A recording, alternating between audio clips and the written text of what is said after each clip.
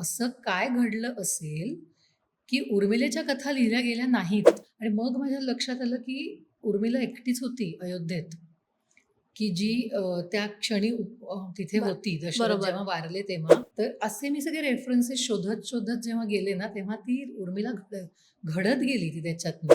कारण मी बायकांमध्येच वावरत असल्यामुळे बाईला मी खूप जास्त समजून घेऊ बरोबर. शकले आणि म्हणून मला त्या उर्मिलेला समजून घेता आलं. नमस्कार. महा एम-टी-व्ही गप्पांमध्ये आपलं स्वागत. मी तृप्ती पारसनीस. डॉक्टर म्हणजे समाजाची काळजी घेणारी व्यक्ती आणि लेखिका म्हणजे समाजाचं भान असणारी व्यक्ती. हे सांगायचं कारण असं, की डॉक्टर ते लेखिका असा प्रवास सध्या आपल्याबरोबर असणारी व्यक्ती करतेय. त्यांचं नाव आहे डॉक्टर स्मिता दातार. डॉक्टर स्मिता दातार या डॉक्टर असून आता सध्या त्या लेखिका म्हणून प्रसिद्ध आहेत. अयोध्येची उर्मिला ही त्यांची कादंबरी गाजतीये आणि त्याच कादंबरीवर आधारित उर्मिलायन नावाचं नाटकही सध्या रंगमंचावर आलेलं आहे. डॉक्टरपासून लेखिकेपर्यंतचा त्यांचा हा प्रवास कसा होता, त्यांना या प्रवासात काय अनुभव आले, काय अडचणी आल्या, हे सगळं जाणून घेण्यासाठी आपण आज त्यांच्याशी गप्पा मारणार आहोत.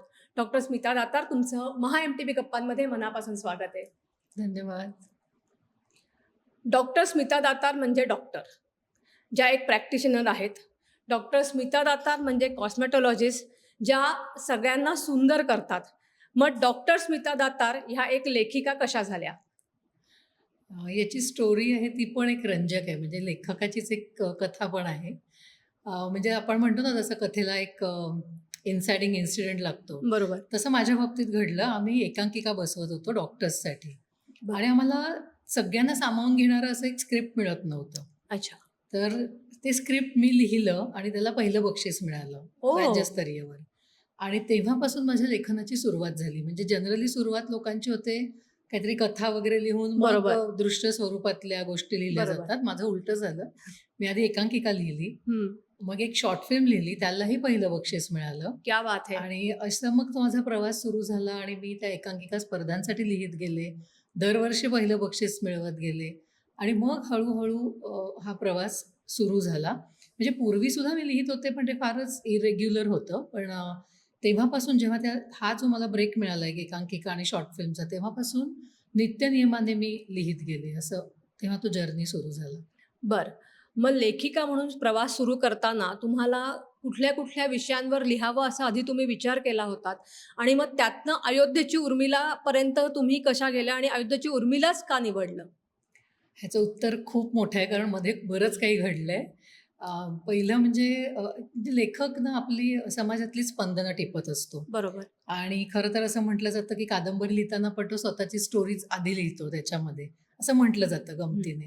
आणि ते अंशतः खरं आहे, कारण मला असं वाटतं, की त्या कथा ज्या आहेत ना, त्या मला माझ्या व्यवसायातनं मिळाल्या. बऱ्याच अच्छा. कथा त्याच्यातल्या, म्हणजे ज्या मी आधी लिहिल्या. माझा जो कथासंग्रह आला पहिला कॅनव्हास म्हणून, तर हं. त्याच्यातल्या बऱ्याच कथांमधली पात्र जी आहेत, ती माझ्या अवतीभोवतीच वावरत होती आणि मी एक डॉक्टर असल्याने मी जवळ-जवळ 100-150 लोकांशी रोज बोलत होते आणि त्याच्यातनं मला अनेक कथा सापडल्या. तर तेव्हा माझा तो कथासंग्रह आला. मग एक कादंबरी आली, ती एका डॉक्टर मुलीच्याच जीवनावर आहे, पण एक वेगळा बरं. ट्विस्ट आहे त्याच्यामध्ये. ती एक माझी कादंबरी आली. मग काही चरित्र आली, म्हणजे काही पेड कामं पण आली माझ्याकडे, त्यामुळे ती आली. मी माझ्या सासऱ्यांचं एक चरित्र लिहिलं. अच्छा. त्यांचं निधन झालं आणि मग मला फार वाईट वाटलं, की आपण तेव्हा लिहीत नव्हतो जेव्हा ते होते. हो. तर आता तरी मी त्यांना एक श्रद्धांजली म्हणून लिहिलं पाहिजे. सो ते ते पुस्तक माझं आलं आणि बरं. असा तो प्रवास सुरू झाला. मध्ये एक आलं पुस्तक माझं फक्त तिच्यासाठी, जे माझ्या मिस्टरांनी, डॉक्टर निखिल दातार यांनी जो आपल्या भारत देशाचा कायदा एक हाती बदलला. बरोबर. 14 वर्ष एक हाती लढा दिला त्यांनी आणि अबॉर्शन लॉ आपला बदलला. बरं. तर त्या सगळ्या प्रवासावर माझं एक पुस्तक आलं आणि प्रत्येक पुस्तकाला 5-5, 6-6 अवॉर्ड्स होते. आणि मला अच्छा. असं वाटतं, की पारितोषिक हा काही तो फुल स्टॉप नाहीये, तो बरोबर. पूर्णविराम नाहीये. पण तो अर्धविराम नक्की आहे, की त्याच्यामुळे आपला उत्साह वाढतो. अगदी. तर तसं होत गेलं आणि मी लिहीत गेले. मला मीनवाईल माझे मेंटॉर इब्राहिम अफगाण सर सापडले आणि मी माझ्या लेखनावर त्याच्यामुळे संस्कार करू शकले. बरं. कारण त्यांच्या मुशीतून घडल्यामुळे आणि अजून अंजुम राजबल्लींची मी काही लेक्चर्स अटेंड केली. तर मी लिहीत होते, पण मी चांगलं लिहिण्यासाठी पण खूप प्रयत्न करत ओके. गेले. आणि असं करता मी एकदा एक नाटक बघायला गेले. विश्वास सोनींनी डायरेक्ट केलं होतं ते. भूमिकन्या सीता म्हणजे मामा बर्वेकरांनी 50 वर्षापूर्वी लिहिलेलं नाटक आहे ते. हं. पण त्याच्यात मी सीतेपेक्षा उर्मिलेकडे बघत होते आणि ती जी अच्छा. उर्मिला होती त्याच्यातही तिला बिचारीला 2च डायलॉग्स आहेत. म्हणजे वाल्मिकींनी 4 वाक्य लिहिली आहेत अच्छा. आणि त्या ह्याच्यामध्ये तिला 2 डायलॉग्स आहेत. पण ते इतके फायरी होते म्हणजे ते एक असं एक मला वाटून गेलं की हिच्यात तो स्पार्क आहे आणि मी उलटा विचार सुरू केला की असं जर असेल की ही उर्मिला सीतेला असा प्रश्न विचारते की हे तू सगळं का सहन केलंस कारण तिला 3 वेळा परीक्षा द्याव्या बरोबर. लागल्या वगैरे सगळं माहिती आहे एकदा अग्निपरीक्षा वगैरे ते हं. स्टोरी माहिती आहे आपल्याला. पण मला तेव्हा प्रश्न पडला नाटक बघताना की असं काय घडलं असेल की उर्मिलेच्या कथा लिहिल्या गेल्या नाहीत. अच्छा. हां, म्हणजे काय झालं नाही ह्याच्यावरून मला ते प्रश्न सुचत पडलाय. गेलं. मला प्रश्न पडला, की का हिच्याविषयी लिहिलं गेलं नाही? म्हणजे खरं अयोध्येत ती राहिली जास्त. बरोबर. सीता तर नव्हती अयोध्येमध्ये. पण लोकांनी कथा मात्र सीतेच्या सांगितल्या. मग हो. मला असं वाटलं, की त्यावेळी असं काही असेल, की सोशिक स्त्रीच चांगली असं जे पोर्ट्रे करायचं असेल तेव्हाच्या समाजाला आणि म्हणून सीतेच्या कथा लिहिल्या गेल्या, की तिने कसा अन्याय सहन केला, मग ती कशी नवऱ्याच्या पाठोपाठ गेली बरोबर. And so on. आणि हिच्याविषयी लिहिलं गेलं नाही. मग ही अशी होती का, की जिच्याविषयी लिहायचं नाही, असं समाजाला वाटलं. बरं. ह्या विचारातून आणि त्या भूमिकन्या सीतामधनं जे पडलेलं बीज होतं, त्याच्यामुळे मी ॲक्चुअली अशी पेटून उठले, की इथे स्टोरी आहे. म्हणजे जिथे स्टोरी लिहिलेली नाही, तिथे स्टोरी आहे, असं जेव्हा मला ॲक्चुअली. वाटलं, तेव्हा मी शोधायला लागले. मग मी बरंच वाचन केलं. खूप कष्ट घेतले ॲक्चुअली अयोध्येची उर्मिला बरोबर. साकार करायला. पण ते बीज होतं ते पडलेलं, की का नाही लिहिल्या गेल्या ह्याचं उत्तर शोधण्यामध्ये उर्मिला हाताला लागली. बरोबर. पण म्हणजे त्यावेळेला सुद्धा स्त्री ही उपेक्षिली होतीच. म्हणजे तिची असं माझं उपेक्षा मत आहे. झाली हो. असावीच ना. जेव्हा आपण लोकांना सांगतोय, की सीतेने खूप सहन केलं आहे, त्यावेळेला उर्मिलेबद्दल कोणीच लिहिलं नव्हतं आणि ही उर्मिला एक्झॅक्टली. नक्की कशी होती? तिला काय वाटलं असेल? हे सगळं तुम्ही त्या अयोध्येची उर्मिलामध्ये सांगितलंय.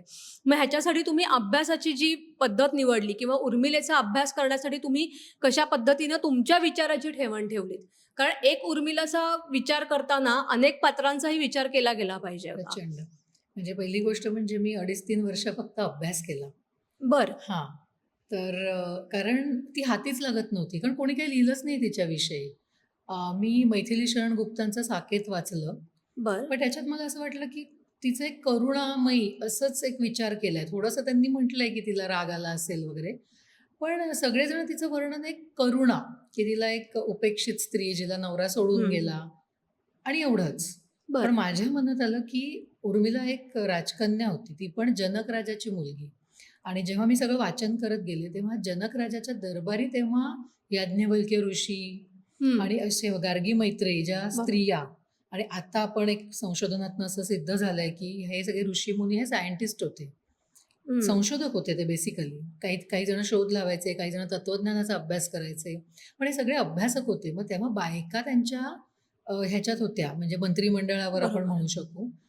अशा जनक ऋषींच्याकडे वाढलेली राजकन्या आहे ही, तर ती अशी डम कशी असेल, की जिला नुसतं आपला तो टाकून गेला आणि ती शांत बसून राहिली? बरोबर. असं नसणार, असं मला वाटलं.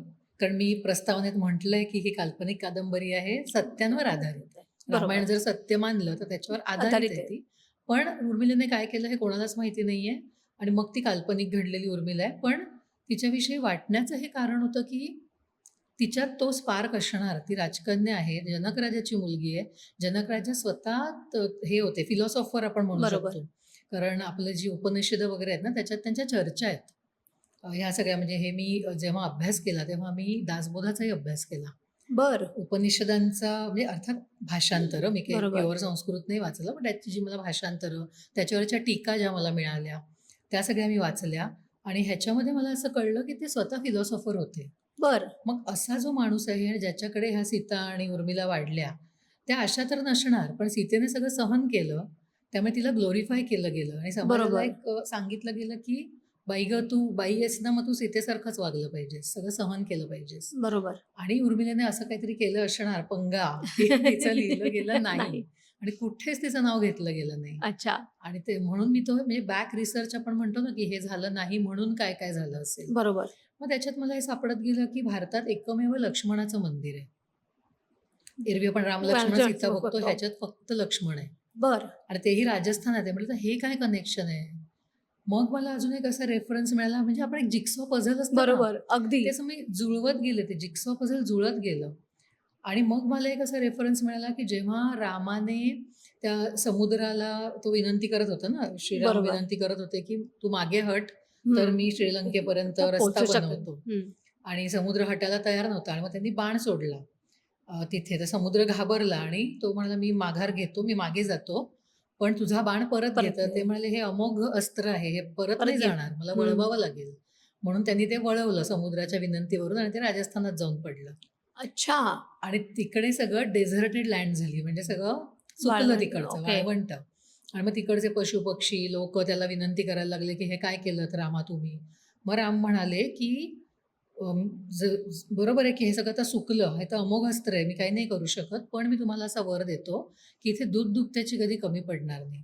अच्छा आणि आजही तुम्ही राजस्थानात गेलात तर ती जी वैरण असते, सुकलेलं गवत, ते गवत खाऊन तिथे उलट भरपूर दूध दुभतं आहे ओ राजस्थानामध्ये. हां, हे सगळं मी वाचन केलं, म्हणजे मी भूगोल अभ्यासला, इतिहास इतिहास अभ्यासला, प्राचीन ग्रंथ, असं खूप वाचन केल्यावर मला ती जुळत गेली सगळी की अरेच्चा, अच्छा ह्या राजस्थानात हा बाण पडला, इथे वाळवंटी प्रदेश झाला आणि तिथेच ते मंदिर आहे.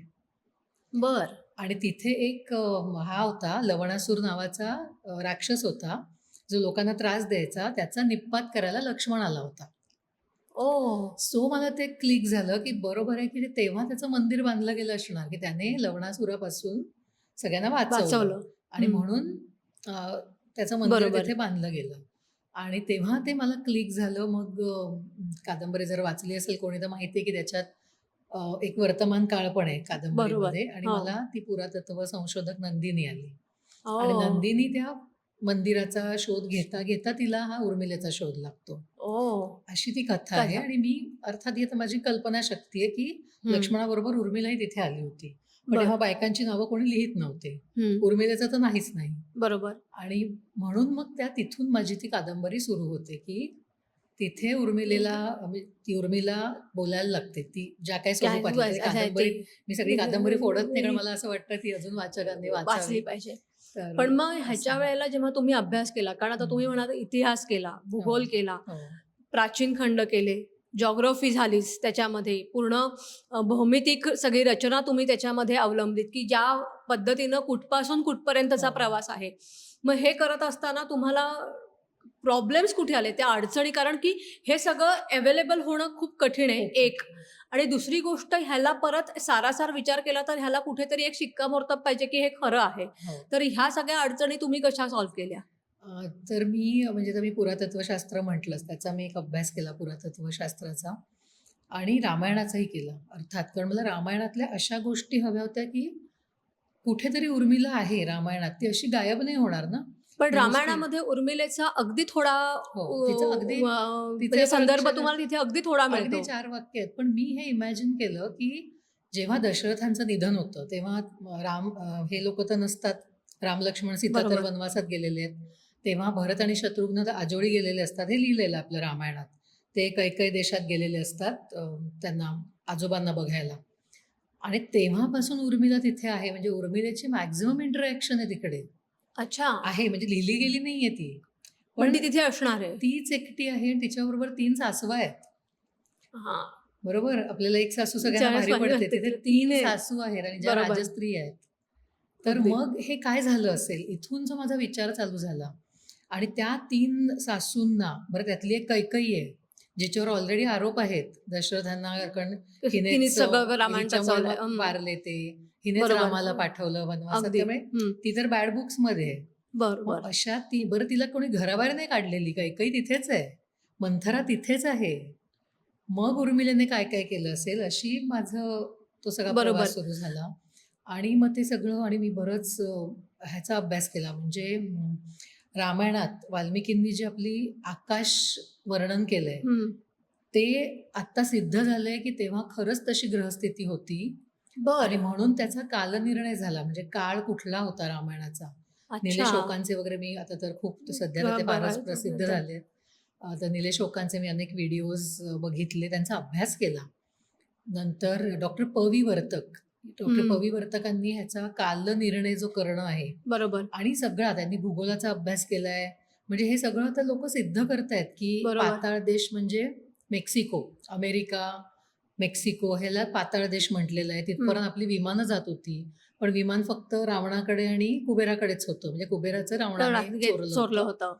पण जात होतं तिथपर्यंत विमान. हम्म. मग मी ह्या सगळ्याचा अभ्यास केला. मग ते विमानशास्त्राचा थोडा अभ्यास. असं करत मी म्हटलं ना, ते जिक्सॉ पझल जुळत जुळत गेलं, गेलं. की हां, ह्याच वेळी हे असं झालेलं आहे. आणि मग माझ्या लक्षात आलं, की उर्मिला एकटीच होती अयोध्येत, की जी त्या क्षणी तिथे बर होती. दशरथ बरोबर जेव्हा वारले तेव्हा आणि त्याच्यानंतरचा प्रोलॉन्ग पिरियड 14 14 वर्षांचा. वर्षाचा.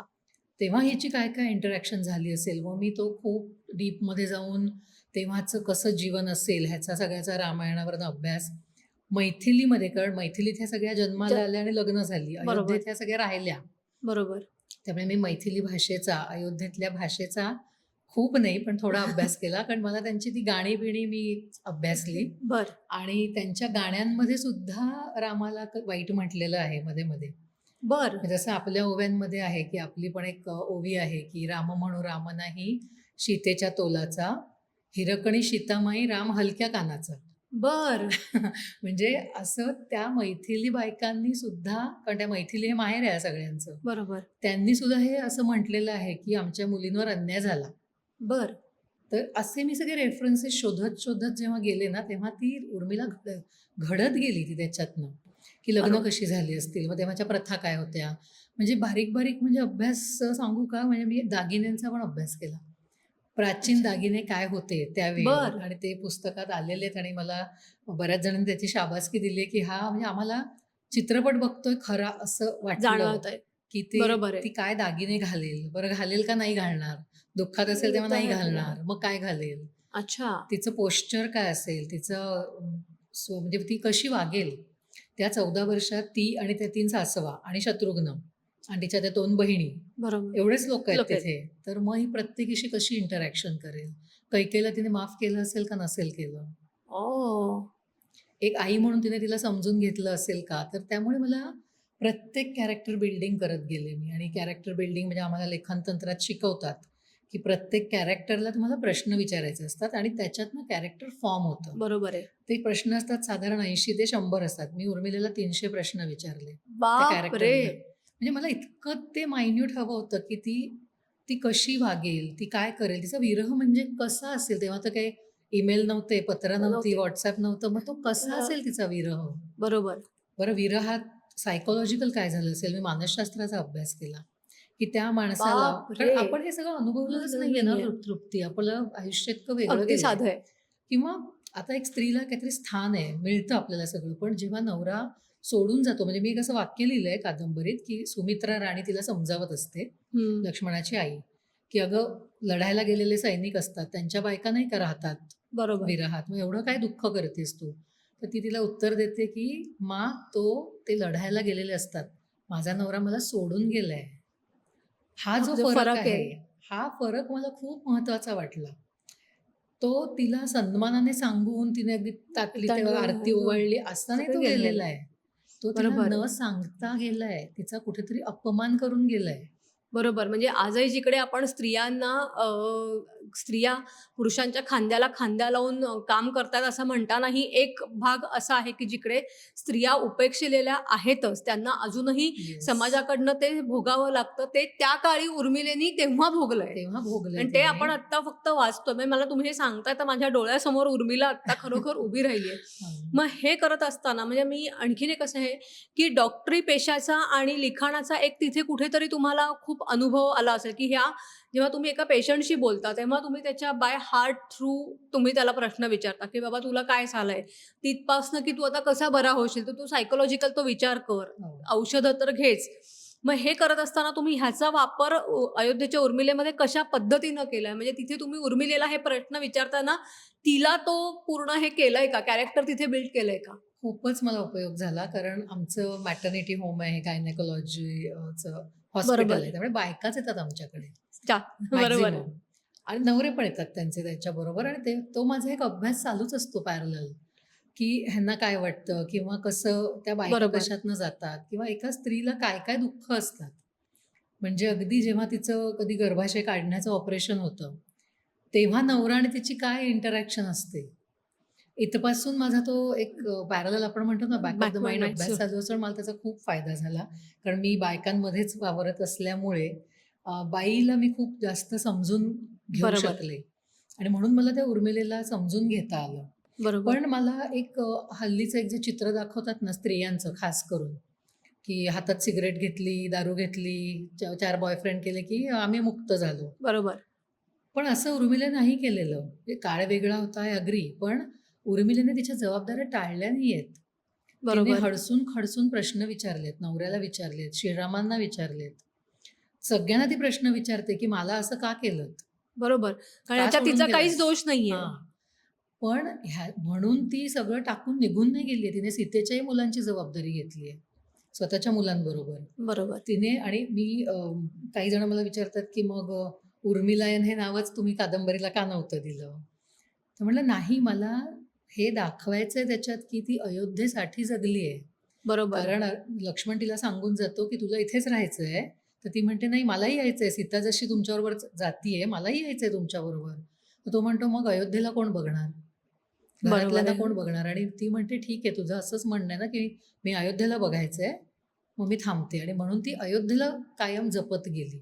अच्छा. आणि म्हणून ती अयोध्येची उर्मिला. कारण मी हा विचार केला, की 14 जी वर्ष आहेत ना मधली, त्याच्यात 29 वेळा आक्रमणं झाली आहेत अयोध्येवर. म्हणजे हे लिहिलेलं आहे आपल्याकडे. हं.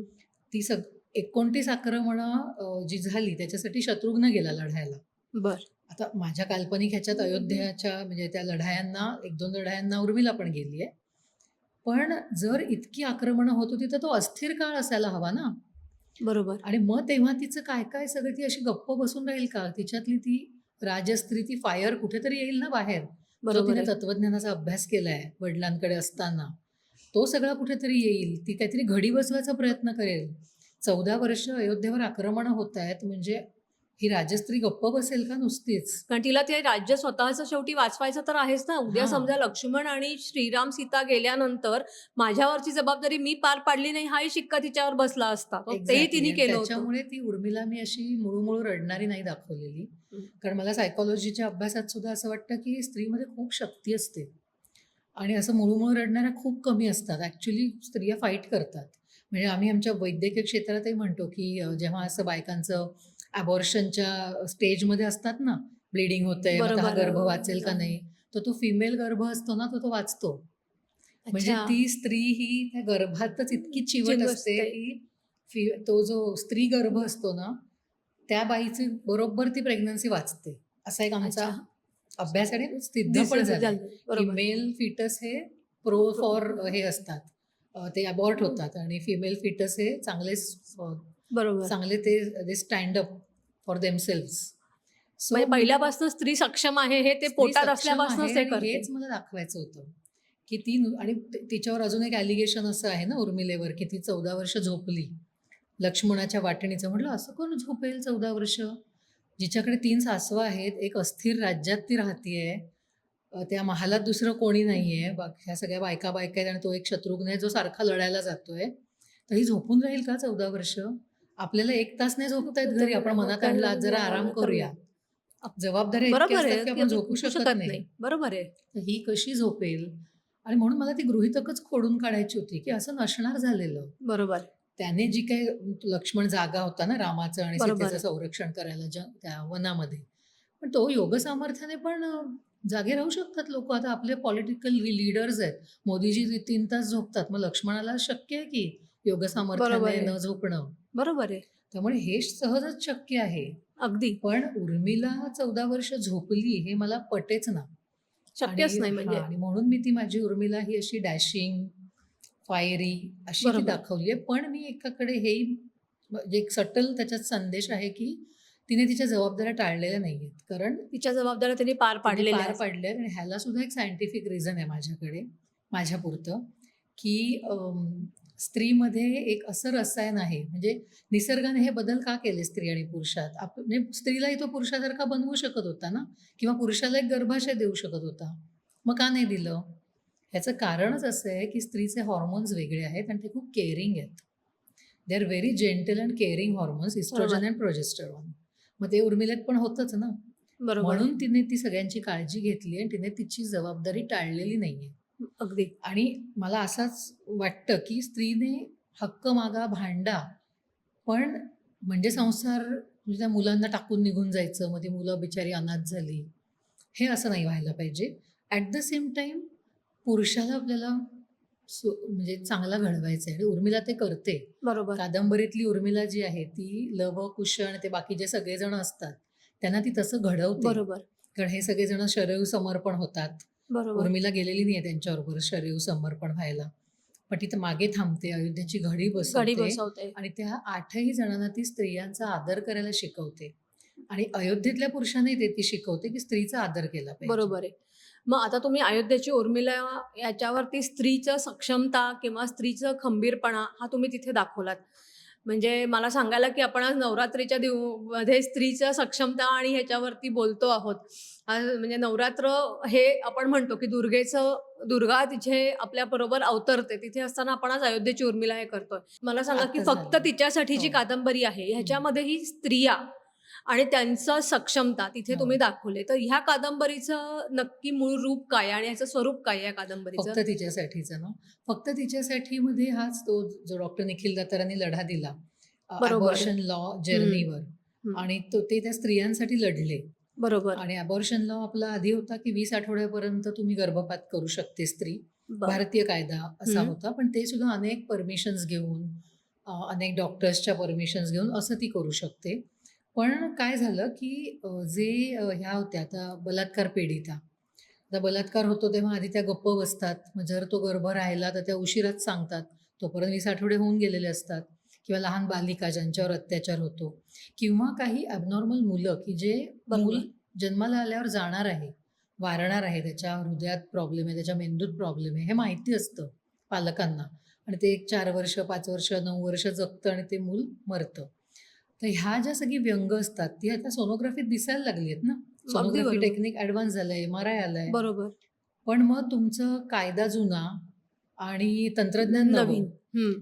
तर ह्याची सांगड घालावी आणि त्या स्त्रीला न्याय मिळावा म्हणून हा लढा लढला गेला. आणि त्याच्यात सुद्धा त्यांनी ज्या स्त्रियांसाठी ते लढले आणि काही स्त्रियांनी त्यांनाही साथ दिली लढायला. बरं. त्यांच्या सगळ्या स्टोरीज त्याच्यात आहेत आणि त्याच्यावर बरं. मला आनंद होतोय सांगायला, की त्याच्यावर लवकरच एक चित्रपट, क्या नाटक बात असं है! काय-काय येऊ घातलंय त्याच्यावरती. बरं. तर छान वाटतं असं जेव्हा काहीतरी चांगलं घडतं. आपल्या बरोबर. लिखाणामुळे ते घडलंय असं जेव्हा वाटतं तेव्हा वर्थ वाटतं, की येस म्हणजे आय एम सो बरोबर. हॅपी की आपलं बरोबर. लिखाण आवडतंय. अयोध्येची उर्मिला आणि फक्त तिच्यासाठी या 2 कादंबरी तुम्ही लिहिल्या. जेव्हा अयोध्येची उर्मिलेला प्रथम पारितोषिक मिळालं, कारण आता माझ्या जी तुम्ही लिस्ट पाठवली तर मी 13 अवॉर्ड्स तर ऑलरेडी ऑन पेपर आहे. जे हे अवॉर्ड वाचले तर अजून पुढचे 20 मिनिटं तर नक्कीच जातील. तर त्यातलं पहिलं अवॉर्ड मिळाल्यानंतर तुमची स्वतःसाठीची भावना काय होती? आनंद तर खूप झाला. कारण कसं असतं ना, कितीही तुम्ही लिहिलं, काही म्हणजे मला वाटतं कलाकृती सादर करणाऱ्या प्रत्येकालाच काहीच असं वाटत वाटतं, की नाही. ती परीक्षा असते. बरोबर. प्रत्येक वेळी तुम्ही नव्याने परीक्षेला बसता, प्रत्येक वेळी बटरफ्लायज इन द स्टमक हे चालूच होतंच. असतं. आपल्याला कितीही आत्मविश्वास असला तरी ते लोकांना आवडणार आहे का? ह्याचं एक टेन्शन असतं. त्यामुळे पहिलं अवॉर्ड जेव्हा मिळालं तेव्हा मला खूप बरं वाटलं आणि मी उर्मिलेशीच बोलले, की "उर्मिले हे बघ हे तुझ्यासाठी आहे. क्या बात है! म्हणजे हे तुला मिळालंय अवॉर्ड. तुझ्यावर आत्तापर्यंत जे अन्याय झाले, कुठेतरी त्याला हे आता तुला बरोबर आहे. मी मी तुला एक ट्रिब्यूट देतेय त्या पुरस्कारातनं." बरोबर. तो मी तिलाच अर्पण केला. आणि मग पुढचे सगळे जेव्हा अवॉर्ड्स मिळाले, बरोबर. तेव्हा तीच भावना होती, की आणि ऑफकोर्स प्रत्येक पुरस्कार जबाबदारी वाढवतात. त्यामुळे आता येणाऱ्या कादंबरीचं टेन्शन मला ऑलरेडी आलंय. मग आता नवीन जे प्रोजेक्ट करणार आहेत, हे पण वुमन ओरिएंटेड अर्थात स्त्री साधर्म्यच असणार आहे, स्त्री हो, सक्षमता असेच असणार आहेत का? हो. अ, पुन्हा एक अशीच जिच्यावर कोणी काही लिहिलं नाही आत्तापर्यंत, अशा स्त्रीवर मी लिहिते आहे आणि मला आता महिन्याभरात येतेय माझी कादंबरी. सो सांगते मी सगळ्यांना, की ते महाभारतातलं कॅरेक्टर आहे बरं, आणि असंच ते विस्मृतीत गेलेलं आहे, पण तिचा फार मोठा रोल महाभारतात आहे. पण तो आपण शोधला तर, तिला बरं. तितकं महत्त्व आपण दिलं तर, हिडिंबा हे ते कॅरेक्टर आहे. क्या बात है! म्हणजे चला आमच्या पॉडकास्टच्या निमित्तानं आज हो, आम्हाला एक आपण आजच्या नवीन चांगल्या दिवशी आपण ते अनाउन्स क्या करतोय. बात है! तर येईल लवकरच हिडिंबा तुमच्या भेटीला येतेय. बरं. पुन्हा एकदा असं, की महाभारत आणि रामायण ह्यातल्या दुर्लक्षिलेल्या स्त्रिया किंवा हं. दुर्लक्षिलेली पात्रच का? मला ना नेहमीच असं वाटतं, की ज्या बोलू शकल्या नाहीत ना, त्यांना बोलतं करूया. त्यांचं जे बरं. मौन आहे ते बोलकं करूया. असं मला नेहमी वाटतं, की ज्यांच्या आता द्रौपदीवर इतकं बोललं गेलंय, लिहिलं गेलंय. म्हणजे द्रौपदी पण एक खूप छान कॅरेक्टर आहे. पण त्यांचं इनफ कौतुक झालंय आत्तापर्यंत किंवा त्यांच्या अन्यायाला वाचा फोडली गेली आहे. सगळंच झालंय. पण ह्या ज्या आहेत, ह्यांना कोण न्याय देणार? म्हणजे आता मला नेहमी असं वाटतं ना, प्रत्येक पुरस्कार मिळाला की मी असं अ, उर्मिला बघत असेल कुठेतरी, कुठेतरी असेल ती. अगदी. तिची तेव्हा उपेक्षा झाली, पण आता नाही होते तिची. मग हं. उर्मिला आला तेव्हा पण मला असंच वाटलं, की आज उर्मिला किती आनंदी असेल, की तिच्यावर नाटक आलंय. ती आता अगदी आज बरोबर. आज तिला तिचा न्याय मिळाला असेल आणि तशीच ती भावना माझी आहे. ह्याच्याही पुढे म्हणजे मी असा माझ्यावर कधीतरी शिक्का मारला जातो, की या स्त्रीवादी लेखिका आहे. पण बरोबर. असं नाहीये. मी समानतावादी लेखिका आहे. मला पुरुष, स्त्री ह्या दोघांना इक्वल जेव्हा ते होतील, तेव्हा आपला स्त्रीवाद वगैरे असं म्हणणं बंद पडेल. बरोबर आहे. त्याच्यासाठी स्त्रीला एक पुरुष घडवायचा आहे. आणि बरोबर. इथे हिडिंबा पण असंच काय-काय आहे हिडिंबेने केलेलं. ते लवकरच येईल तुमच्या भेटीला हिडिंबा. आणि ह्याच्या हं. पुढेही मला असं वाटतं, की ज्या अशा अ, ह्याच्यातनं म्हणजे लाईमलाईटच नाही मिळाला त्यांना काही, प्रकाशच नाही मिळाला. अशांना मला त्यांना बोलतं करायचं आणि अशा काही पुरुषांनाही मी कदाचित पुढे बोलतं करेन. त्याचं एक छोटंसं उदाहरण म्हणजे माझ्या कॅनव्हास कथासंग्रहामध्ये मी अनयविषयी लिहिलंय. ओह! म्हणजे राधेचा नवरा. म्हणजे राधेचा आपण प्रियकर किंवा मित्र, हं, सखा म्हणू हं. कृष्ण. बरोबर.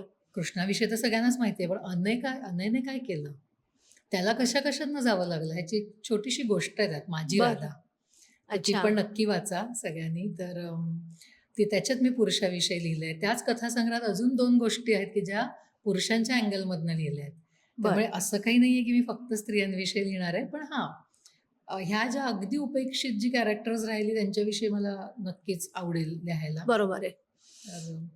तर स्मिता मॅम, तुम्ही आम्हाला इतिहास जो उपेक्षलेला आहे, जो दुर्लक्षलेला आहे, त्यातले कॅरेक्टर म्हणजे उर्मिलाविषयी सांगितलंत. तुम्ही आम्हाला आता लवकरच हिडिंबेशी पुन्हा एकदा भेट घडवून देताय. अयोध्येची उर्मिलेची प्रगती आम्ही बघतच चाललो आहोत आणि तुमची ही प्रगती अशीच होत राहो. अयोध्येची उर्मिला जिकडे असेल, ती तुम्हाला नक्कीच कुठेतरी एक ब्लेसिंग्ज किंवा तुम्हाला आशीर्वाद देत असेल, की आज कुठेतरी उर्मिला लोकांपर्यंत आली आहे. तुमच्या अयोध्येच्या उर्मिलेला आणि तुमच्या पुढच्या कारकिर्दीला मनापासून शुभेच्छा. तुम्ही महा एम-टी-व्हीमध्ये आलात आणि आमच्याबरोबर एवढा वेळ घालवून उर्मिलेला समोर साकारलत, यासाठी तुमचे धन्यवाद. धन्यवाद. आपण रोज इतिहासात वाचत असतो, रामायणात बघत असतो, महाभारतातल्या अनेक कथा आपल्या कानावर पडत असतात. पण ही पात्र जेव्हा पुस्तक रूपाने तुमच्या समोर येतात, तेव्हा त्यांच्या व्यथा काय आहेत हे आपल्याला डॉक्टर स्मिता दातार यांच्या पुस्तकातनं आपल्याला वाचायला मिळतात. त्याचबरोबर सगळ्यात महत्त्वाची गोष्ट अशी, की तुम्हाला अशी अनेक कॅरेक्टर माहिती आहेत, जी आपल्या मनामध्ये दडलेली असतात, पण ती लोकांसमोरच आली नाही. अशा लेखिका ज्या या कॅरेक्टर्सना, या पात्रांना आपल्याला भेट घडवून आणतात, आपल्या समोर आणतात. तुम्हाला हा पॉडकास्ट कसा वाटला हे आम्हाला नक्की कळवा. त्याचबरोबर तुम्हाला कोणते कोणते विषय आमच्याकडनं ऐकायला आवडतील हेही कमेंटमध्ये जरूर कळवा. त्यासाठी महा एम-टी-व्ही गप्पांना लाईक करा, शेअर करा आणि सबस्क्राईब करा. धन्यवाद.